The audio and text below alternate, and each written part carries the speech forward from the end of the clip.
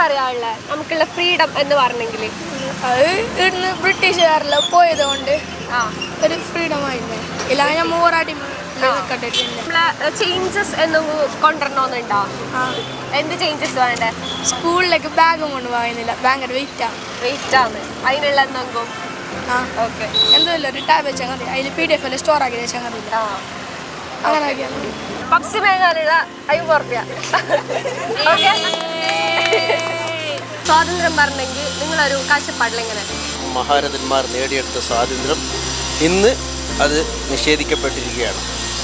അവർണറിന് അധികാരം പറയുന്ന മാതിരി ഇന്ന് ചുരുക്കം ചില ആൾക്കാർക്ക് മാത്രം അവകാശപ്പെട്ട ഒന്നായി മാറിയിരിക്കുകയാണ് സ്വാതന്ത്ര്യം. അടിച്ചമർത്തപ്പെട്ടവൻ ഇന്നും ആ സ്വാതന്ത്ര്യത്തിൻ്റെ ലബ്ധിക്ക് വേണ്ടി ഇന്നും പോരാടേണ്ട ഒരു അവസ്ഥയിലൂടെയാണ് രാജ്യം കടന്നു പോയിക്കൊണ്ടിരിക്കുന്നത്. ഒന്നുകൂടി ഒരു സ്വാതന്ത്ര്യ പോരാട്ടത്തിന് മുന്നിട്ടിറങ്ങേണ്ട സമയമായി എന്നാണ് എൻ്റെ വ്യക്തിപരമായ അഭിപ്രായം.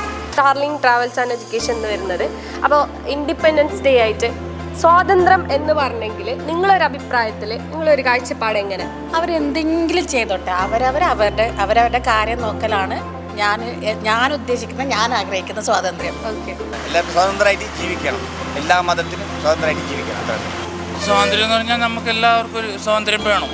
പിന്നെ പ്രത്യേകിച്ച് പെണ്ണുങ്ങൾക്ക് നമുക്ക് മനസ്സ് തുറന്ന് പ്രവർത്തിക്കാനുള്ള ഒരവകാശമാണ് സ്വാതന്ത്ര്യം. ഇനി സ്വാതന്ത്ര്യം നമുക്ക് ഇല്ല എന്ന് വിചാരിച്ചോ? ഇവിടെ സ്വാതന്ത്ര്യം ഇല്ലെങ്കിൽ നമുക്ക് തന്നെ സ്വയം തന്നെ ഉണ്ടാക്കാം. കാരണം അത് ഓരോ വ്യക്തിയിലും അധിഷ്ഠിതമാണ്.